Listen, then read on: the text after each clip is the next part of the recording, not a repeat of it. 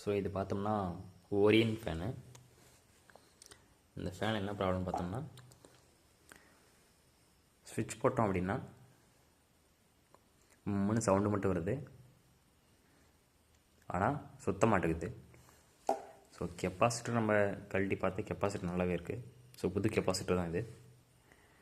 சரி சாஃப்டாக பிடிக்குதுன்னு பார்த்துட்டு ஸோ இந்த மில்லிங்கை கழட்டிட்டேன். ஸோ இதுதான் வந்து நம்ம ஃபேன் வந்து இப்படி இந்த பக்கமாக அந்த பக்கமாக சுற்றுறதுக்கு வந்து ஹெல்ப் பண்ணோம். ஸோ இதை நான் கழட்டி எடுத்துட்டேன். இருந்துமே நம்ம பார்த்திங்கன்னா கையில் சுற்ற முடியல. இங்கே பாருங்கள், செம்ம டைட்டாக இருக்குது, ரொம்ப டைட்டாக இருக்குது. ஸோ இதுக்கு என்ன காரணமாக இருக்குன்னா, இந்த ஃபேனில் இங்கே ஒரு புஷ் வரும், பார்த்தோம்னா இந்த இடத்துக்கு உள்ளே ஒரு புஷ் வரும். ஸோ இந்த 2 புஷ்ஷுமே பிடிச்சிது அப்படின்னா இந்த ப்ராப்ளம் நமக்கு பண்ணும். ஃபஸ்ட்டு அதுக்கு நம்ம எந்த பக்கம் பிடிக்குதுன்னு தெரில, பட் இந்த பக்கம் பார்த்தோம்னா எண்ணெய் பசங்க நல்லா இருக்க மாதிரி தெரியுது. எனக்கு தெரிஞ்ச வரைக்கும் இந்த முன்னாடி இருக்க புஷ் பிடிக்க நிறையா வாய்ப்பு இருக்குது. ஸோ இப்போ நான் வந்து இதை தனியாக கழட்டி எடுத்துகிட்டு உங்களுக்கு காமிக்கிறேன். ஏதாச்சும் இந்த சாஃப்ட்டில் காலி விழுந்துருந்துச்சுனாலும் சுற்றாது. சரிங்களா, பார்க்கலாம். ஓகே, ஸ்க்ரூ கழட்டுவோம் ஃபஸ்ட்டு.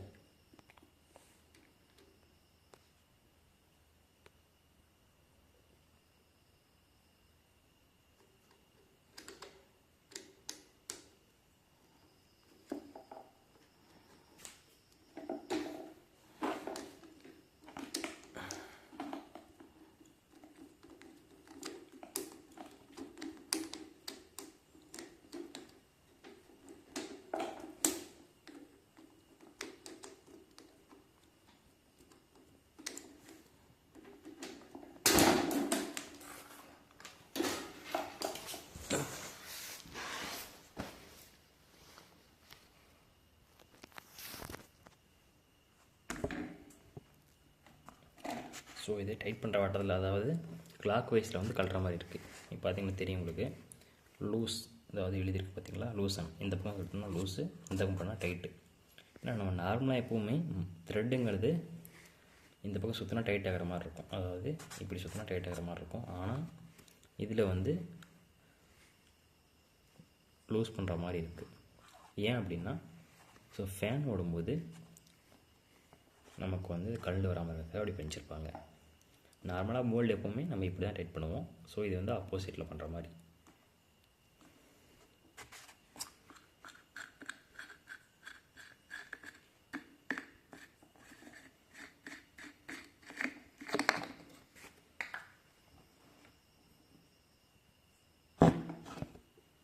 ஓகே,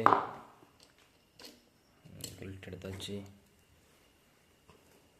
இப்போ இதை லூஸ் பண்ணணும்.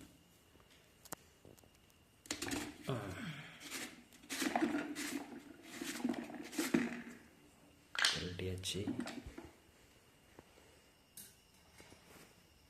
சரி, ஓகே.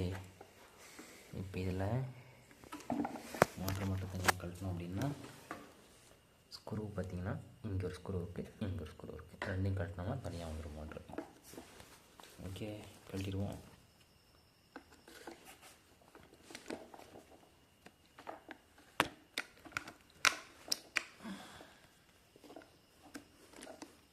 ஸ்டார்ட் இப்படி தான் போடணும். வரேன்.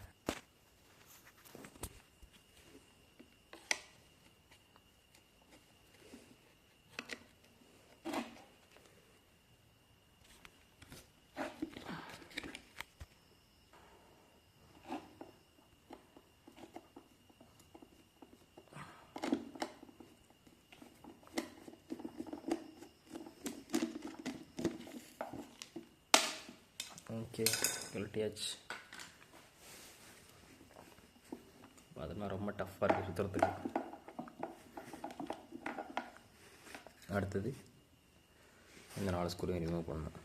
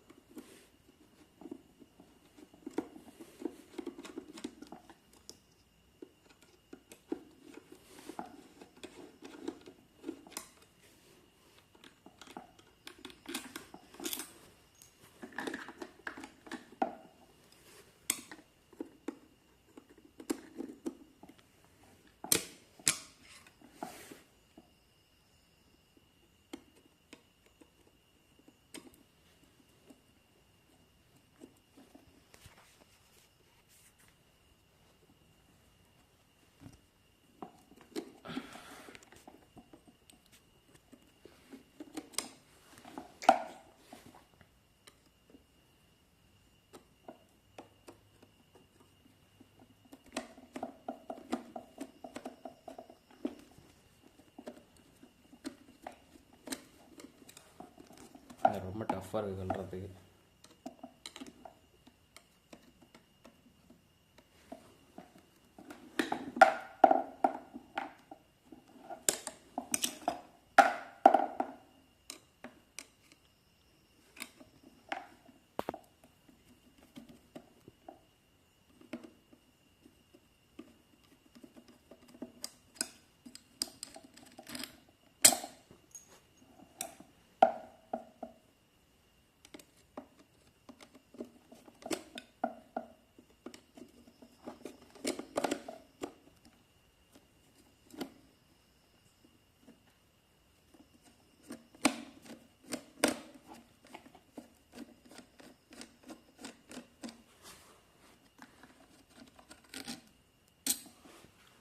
ஓகே, இப்போ பாருங்கள் ஒரு உணவு தனித்தனியாக.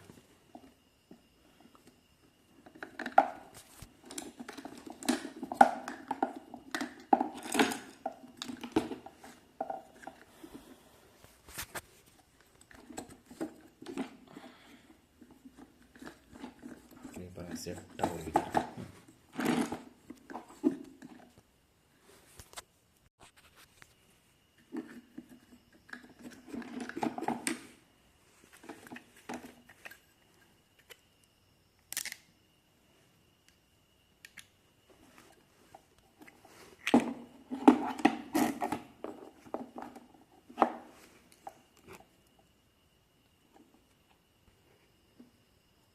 தெரிஞ்ச வரைக்கும் பின்னாடி இருக்க புஷ் தான் பிடிக்கும்னு நினைக்கிறேன். பார்க்கலாம்.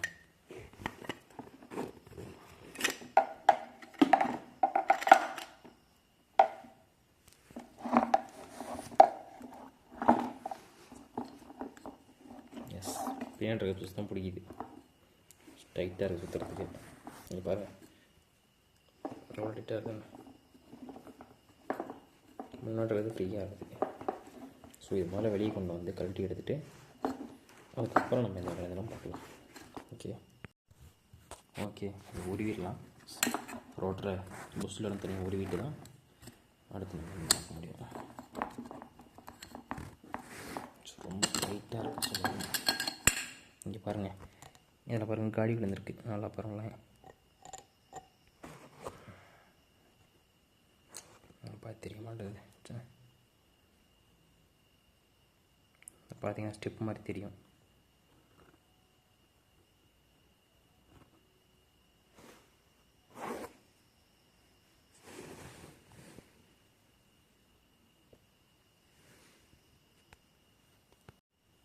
இங்கே பாருங்கள் ஸ்டெப் மாதிரி தெரியுதா?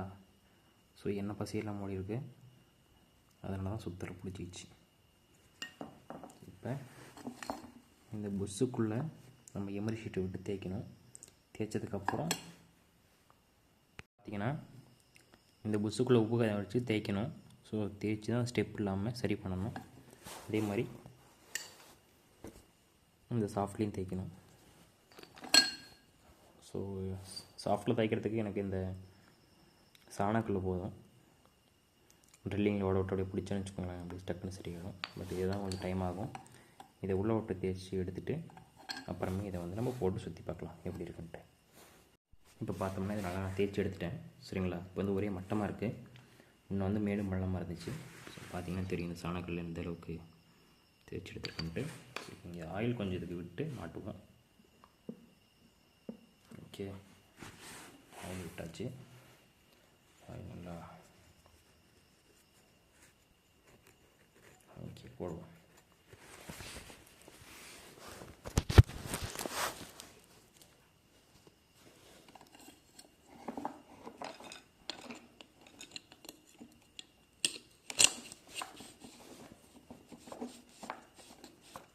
ஃப்ரீயாக இருக்குது.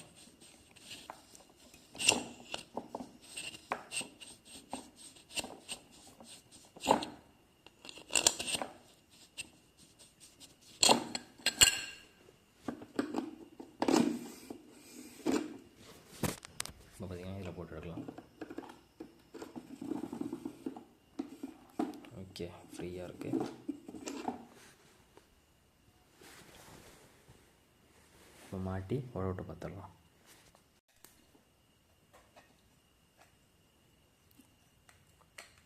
ஓகே, மாட்டுவோம்.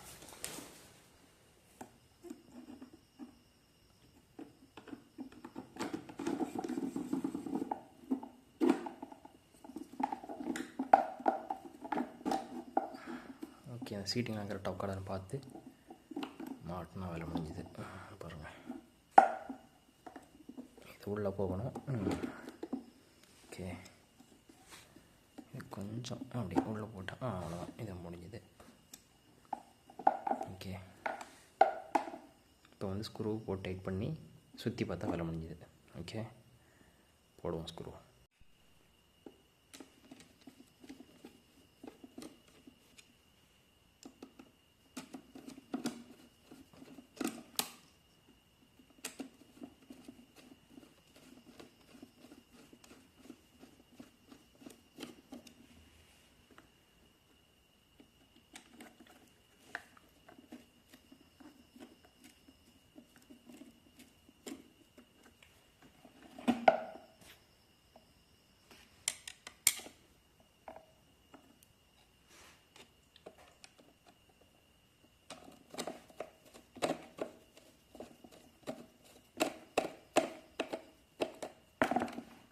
எல்லா ஸ்க்ரூவும் டைட்டு வச்சிட்டேன்.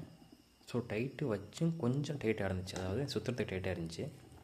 அதுக்கு என்ன பண்ணணும்னா, நம்ம ஒவ்வொரு ஸ்க்ரூவாக டைட் வச்சு பார்க்கணும். ஸோ நல்லா டைட் வைக்கும்போது நல்லா ஃப்ரீ ஆகும். சரிங்களா? அந்த ஃபிட்டிங்க்கு வந்தால் மட்டும்தான் இது ஃப்ரீ ஆகும் அப்படி சுற்றுறதுக்கு. ஓகே, ஒரு சில ஃபேனில் என்ன ஆகும்னா, இந்த ஸ்க்ரூ லூஸாக இருந்துச்சுன்னா இதை ஒன்று அந்த பக்கம் ஒதுங்கிடும். இது அதாவது இந்த லூஸாக இருக்கும்போது உங்களுக்கு வந்து இந்த அளவுக்கு ஃப்ரீயாக சுற்றாது. கரெக்டாக எல்லாம் ஒரே டைட்டில் உட்காந்துச்சுன்னா மட்டும்தான் ஃப்ரீயாக சுற்றும். ஸோ இப்போ போட்டு பார்க்கலாம் வாங்க.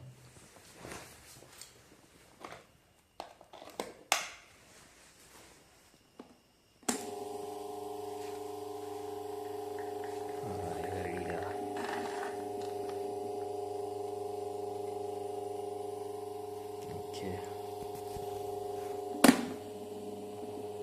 1 2 3. ஓகே, பட்டாசு கிளப்புது. ஓகே, அப்படியே மாட்டிடுவோம் டோட்டலாக எல்லாத்தையும். ஸோ மாட்டி செக் பண்ணி பார்த்துக்கலாம்.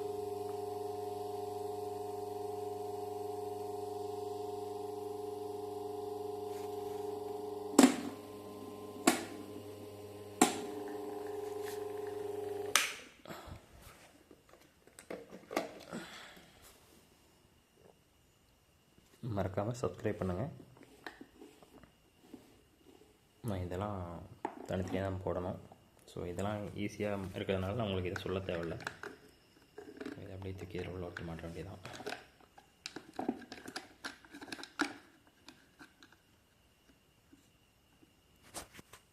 ஓகே, நன்றி மக்களே. மறக்காமல் சப்ஸ்கிரைப் பண்ணுங்கள். ஓகே, வேலை முடிஞ்சிச்சு, போட்டு பார்க்கலாம்.